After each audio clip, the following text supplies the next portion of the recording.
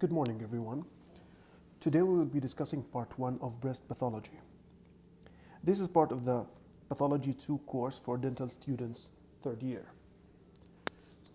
This part will be discussing clinical presentation of breast disease, inflammatory processes, stromal neoplasms, and benign epithelial lesions. This is a histologic presentation of the basic unit of the breast, which is the lobule. The arrowhead points at the lobule, which is composed of cells and stroma. The cells are two types. The secretory cells, which function is to synthesize and secrete milk, surrounded by myoepithelial cells, which function is to contract and express milk through the ducts into the nipple. The black arrow, points at a duct through which the milk passes from the lobule into the nipple. The red arrow looks at the interlobular stroma, which is composed of adipose tissue, fibrosis in various proportions related. This is a schematic presentation of the breast and its various compartments, showing the lobules, the ducts, and the nipple. And in the middle of the graph, a schematic presentation of benign lesions is seen. Starting from the nipple, a papilloma is a benign proliferation affecting the large ducts leading into the nipple. The lobules are involved in various types of benign epithelial hyperplasias, and the stroma is the location or the source of a common benign neoplasm called fibroadenoma. The interlobular stroma is a source for many neoplasms affecting other parts of the body, including hemangioma.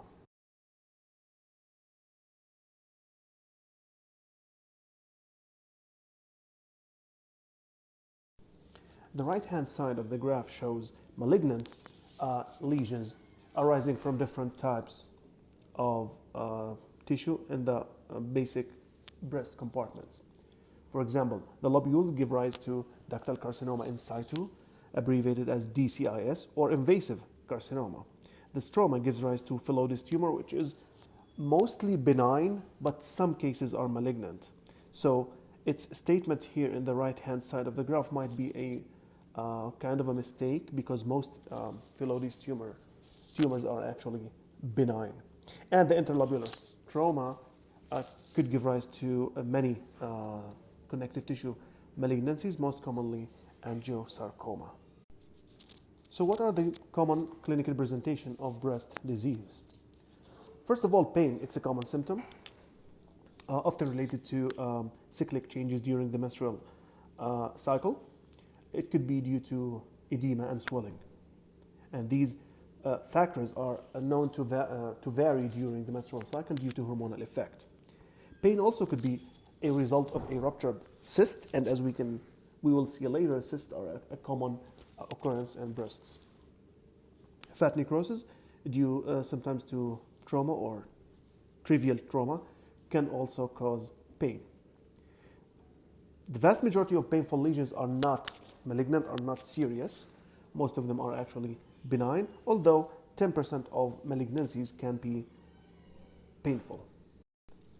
Inflammation resulting in redness, edema, and pain is not actually common. It's most commonly caused by infection during lactation by bacteria.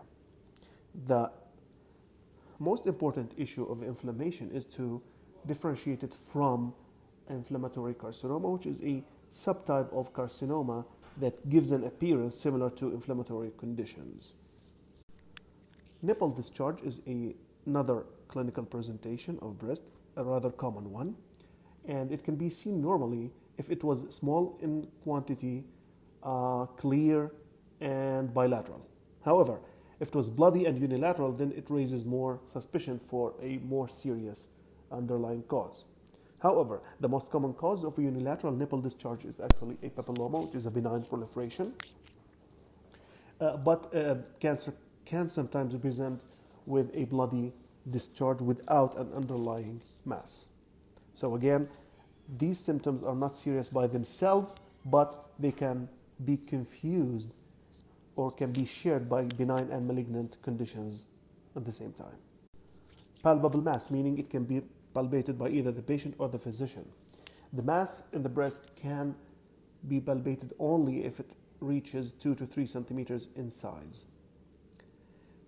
Again, most of these are benign, and again, malignancy has to be ruled out by thorough evaluation. Lumpiness refers to a diffuse nodularity of the breast. It can be normal due to hormonal effects, and only 1% are actually malignant. If the clinical suspicion of malignancy is high, thorough evaluation, including imaging, should be employed. Gynecomastia refers to enlarged breast in males. It's due to increase in the stromal and epithelial cells, due to a hormonal imbalance between estrogen and androgen.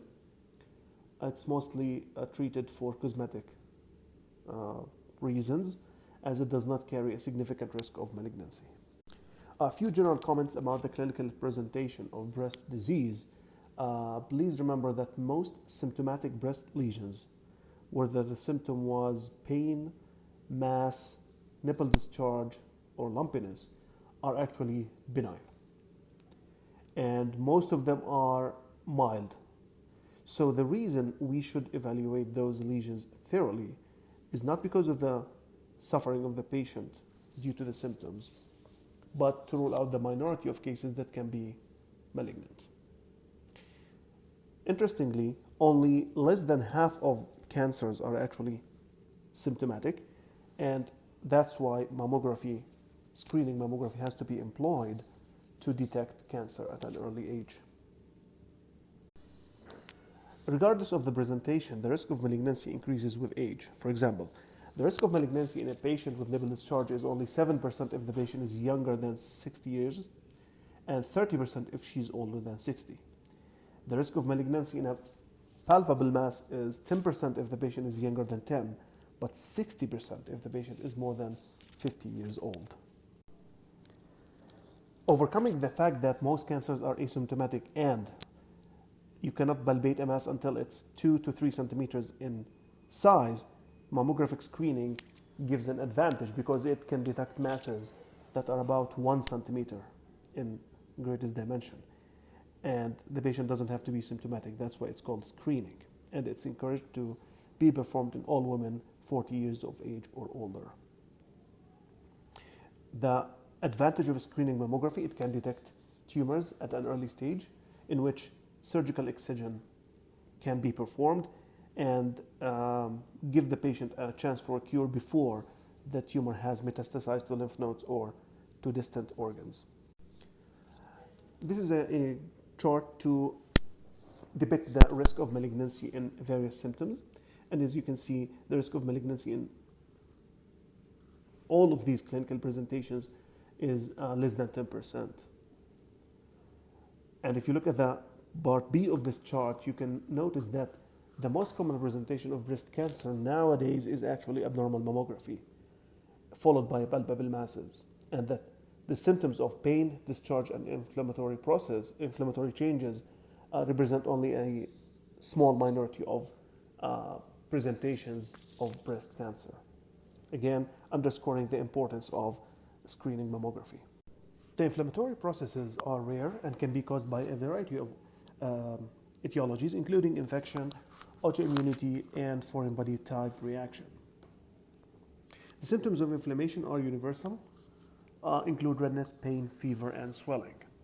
Of note, infection by Staphylococcus aureus is a common occurrence during pregnancy and lactation. The Staph aureus bacteria gain access to the breast tissue by fissures in the nipple. This could result in abscesses and can be treated with either antibiotics and sometimes incision and drainage. Regarding stromal neoplasms, please remember there are two types of stroma in the breast. The intralobular stroma, which is located between the glands and the lobule. If you look at this graph, the arrowhead, the black arrowhead, points at a lobule, which is composed of glands, as we mentioned, composed of two cell types, the secretory cells and the myoepithelial cells. And in between these glands are the stromal cells, the intralobular stromal cells. The red arrow points at the interlobular stromal cells, which are composed of adipose tissue, fibrous tissue, and various amounts of blood vessels. The intralobular stroma gives rise to two important tumors, fibroadenoma and Phyllodes tumor. Fibroadenoma is the most common tumor in young women, typically in their early 20s. It is characterized by a well-circumscribed, small, freely mobile mass in the breast. It is composed of a proliferation of both stromal cells and epithelial cells. It is believed that the neoplastic proliferation are the stromal cells, and the epithelial cells are actually reactive to that neoplastic process. Excuse me. This tumor is benign and does not transform into malignancy and does not recur after excision. Phyllodes tumor occurs in the similar spectrum of fibroadenoma. It typically affects women who are 10 years older than typical patients of fibroadenoma. The stromal proliferation is much more prominent than the epithelial proliferation, resulting in a leaf-like configuration. Actually, the word Phyllodes is Greek for leaf-like. Most of these tumors, well above 80%, are actually benign, but they can recur after excision. And 2% of them are frankly malignant with metastasis by the time of diagnosis. Interlobular stroma gives rise to connective tissue tumors similar to those seen in other locations. These include lipoma, angioma, and angiosarcoma. Angioma and angiosarcoma are benign and malignant tumors of blood vessel differentiation, respectively.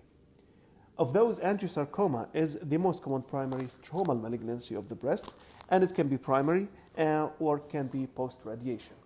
And what I mean by post-radiation is the following. Commonly, women with breast cancer will receive surgery, chemotherapy, and radiation as part of their treatment regimen for their breast cancer. A few years later, ranging from 1 to 8 years, they can develop a second mass, and this mass turns out to be an angiosarcoma secondary to the radiation that they had received. This is called post-radiation angiosarcoma. And of course, a secondary mass could be a recurrence of the original mass. And the only way to differentiate between the two is histologic examination. Regarding benign epithelial lesions, please remember that the most common way to detect these is actually mammography. Their clinical significance lies in their relationship to subsequent cancer, meaning the increased relative risk of subsequent cancer compared to the general population. We have three major subtypes: the non-proliferative lesions, proliferative lesions without atypia, and proliferative lesions with atypia. This table just summarizes the relative risk and the absolute risk, the overall risk of malignancy after each diagnosis. For example, proliferative disease without atypia have a relative risk of 1.5 to 2-fold compared to the normal population of subsequent malignancy. The overall risk is 5 to 6%. Proliferative lesions with atypia, including atypical lobular hyperplasia and atypical ductal hyperplasia, have a 4 to 5-fold increased relative risk of subsequent carcinoma. Carcinoma in situ, which basically means a proliferation, malignant proliferation that has not invaded the lobular unit yet, has 8 to 10 relative risk of subsequent malignancy. Non-proliferative lesions include cysts, which are the most common. These cysts can rupture and they can calcify, and when they calcify, they can be detected by mammography and they can be concerning for malignancy. Fibrosis and also adenosis. Adenosis denotes a simple increase in the number of glands without an increase in the number of cells. The non-proliferative lesions have no risk of subsequent malignancy.